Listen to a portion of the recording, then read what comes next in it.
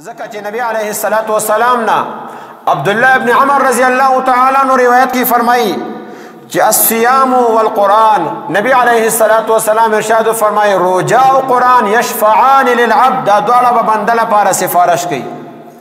غرض دا سدا چې د خان سفارش نه چلیږي، د وزیر اعظم سفارش نه چلیږي، په هغه غرض باندې د یو صدر سفارش نه چلیږي، یو وډیرا، یو ملک، یو چودھری دغه سفارش نه چلیږي. سفارش قرآن پاک تعالی کوي چې تا وسره خپل تعلق جوړ کړی وي، تا وسره سینې سره لګولې دی، تا دغه تلاوت کړی دی، تا په هغې باندې عمل کړی دی، تا د هغې عقیده اختیار کړې ده، تا د هغې اخلاق اختیار کړي دي، تا د قرآن پاک معاملات اختیار کړي دي. قرآن کومو کارونه منې کړي هغې نه ځان منې کړی دی، قرآن کومو کارونو ته د حکم کړی دی هغه کارونه تا کړي دي. دا قرآن تعالی بې ځای بیا پرېږدي نه په سختو حالاتو کې، د تا سره زنګدن ټیم کې هم ملګری دی، د تا سره قبر کې هم ملګری دی، د تا سره د محشر میدان کې هم ملګری دی، د تا سره د اعمالنامو چې کله والوزول شي او دا تقسیمیږي په هغې ټیم کې هم ملګری دی.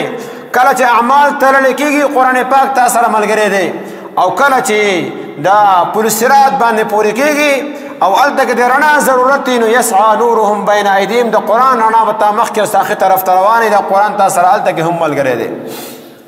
نو قرآن که سینې سره لګولی دی او تراو کې ویلی دی اورېدی دی، شاکړې ورته نه ده. قرآن باندې عمل یې کړی دی نو پس ته به الله تبارک وتعالی ولا دا سفارش نصیب کوي. کنه من اعرض عن ذکری فإن له معیشة ضنکا ونحشره یوم القیامة اعما قال رب لم حشرتني اعما وقد كنت بصيرا.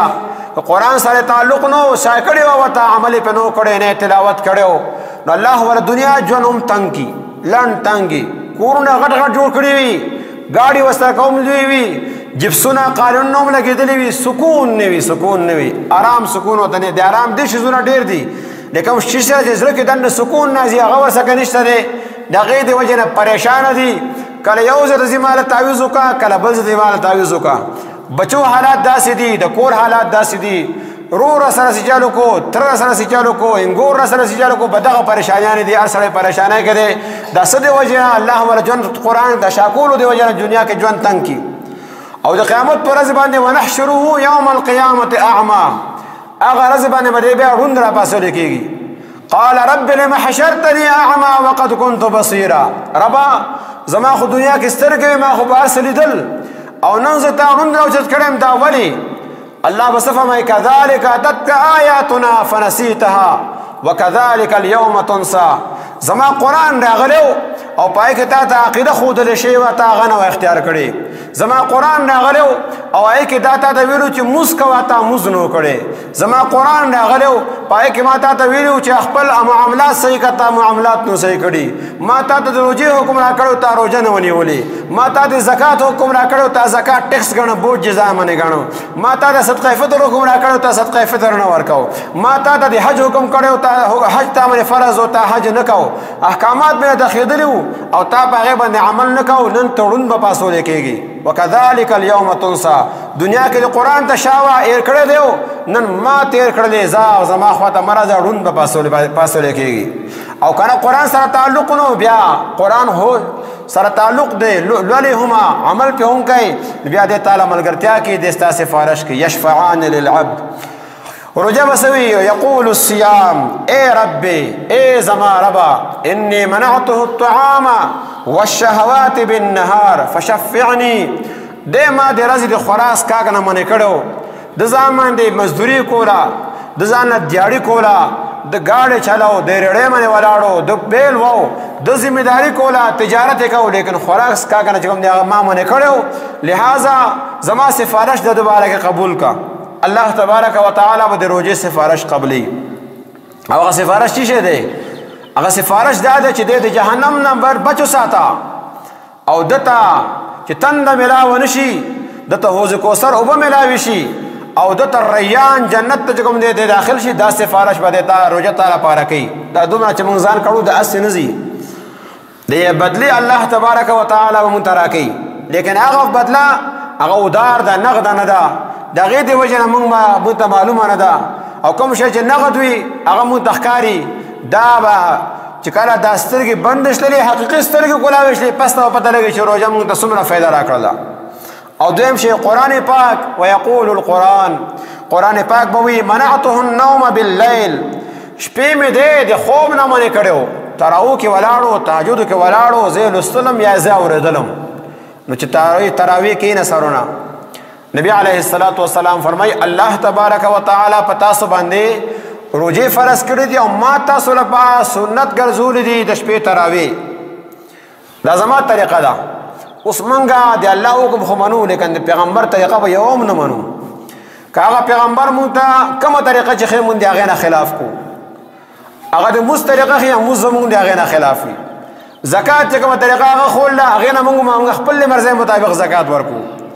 حج دغه شان ده کوم چې هغه د حج طریقه ښوله حاجیان چې لاړ شي نیم په نه زیات چې کوم دی هغه صرف هغه ځان ښول لپاره ځي واپس ارونه واچي راځي.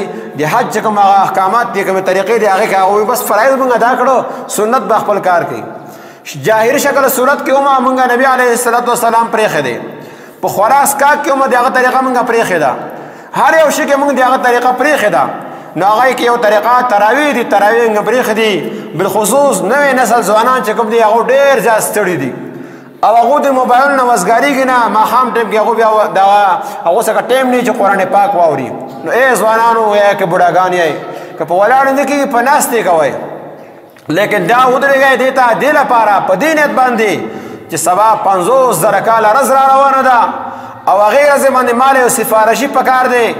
دنیا کې خو ما ځان له یو خان ساتلی دی زما سفارش وکړي ما د تاڼې نه دغې نه خلاص کړي، چا سره به جنګ جګړه وشي نو ما لپاره هغه څه فیصله وکړي یا زه پیسې ورکم ځان خلاص کړم. لیکن هلته کې خو دا شیزونه نه چلېږي، خلا شفاعات دا شیزونه خو هلته نه چلېږي. یو سفارشي دی قرآن دی او یا د قرآن واله دی یا روجه ده، هغه به ستا سفارش کې قرآن والو نه مراد یا شهید دی یا عالم دی یا چې کوم دی هغه حافظ دی. دا سفارشان دي هغو ته خو زمونږ شا ده، علماو ته مونږ کنځلې کو حافظ قاري مونږ له بدې شي. نو دا مونږ به سفارشي د قیامت پر ورځ باندې څوک جوړېږي دې لپاره ځان له سفارشي ګرځولي. دنیا کې ځان له هغه سفارشي څنګه ساتئ، د قیامت او قبر لپاره هم د هغې تیاری کول پکار دي. هغه دا ده چې مونږ د روژې اهتمام وکړو او روژه ونیسو، قرآن پاک ماښام شپې پکې واورو، داسې د هغې تلاوت وکړو. بوج ځان باندې مه ګڼئ، شیطان به تاسو منې کوي. او د هغې وجه دا ده چې زړونه زمونږ د قرآن پاک نه ماړه شوي دي. نو کله زمونږ زړه د قرآن پاک زمونږ طبیعت خراب شوی دی، نو چې سړي طبیعت خراب وي بیا پې خونه ښه شي خوند وله نه ورکوي، مزه وله نه ورکوي. دغه شان ته چې کوم سړي قرآن پاک ته شا کړی ده زړه تور شوی دی د هغې د وجې نه قرآن پاک وله بیا مزه نه ورکوي.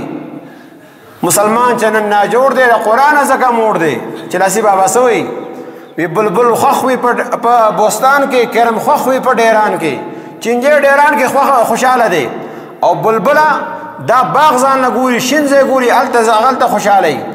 دغه شان دا زمونږ مثال نن د هغه چینجي دی. د دنیا چې څومره ګنده کارونه دی کې مونږ خوشحاله یو، 3 ګنټې یو فلم ته کېناستل ورته آسان دي، لیکن د هغې مقابلې کې نیمه ګنټه 1 ګنټه قرآن پاک اورېدل دا ورته ګران شوي دي. که تمامه شپه ورته وایي ساره پورې به فلمونه ګوري هغې ته خوشحالېږي، لیکن ورته ووایي ماښام 20 رکعت تراویح دا خو 8 رکعته پکار وي جي، نو دا که 8 رکعته مونږ وبه شي که وبه نه شي بیا دا هغې کې اسانتیا به ګوري. نو دا قرآن پاک سره تعلق به جوړی نو پس ته به تا لپاره سفارش کړي، او که قرآن سره تعلق نشته دی بیا به څه سفارش مونږ لپاره وکړي. قرآن به تا باندې حجت جوړېږي یا تا لپاره به حجت جوړېږي. قرآن پاک با نبی علیه السلام بارک الله قرآن پاک فرمائی وقال الرسول پیغمبر به فرمائی اے زما ربا زما دی قوم قرآن پاک پریخو، دی قوم قرآن پاک پریخو. نن زمونږ هغه حالت دی مخکې به خلق لرې ته قرآن پاک به اورېدو، اوس که حافظ مخکې شي خپل په خوشحالۍ سره مفت له تراویح کوي یا حافظ صاحب قاري صاحب په لنډو منې کوي ښه به څه کال به ونکړو آینده کاله بیا ګورو، بیا به چې بل کال لا شي څه کال پرېږده بل کال بیا ګورو. دغه شان د قرآن پاک اورېدل هغه ته نه پاتې شي.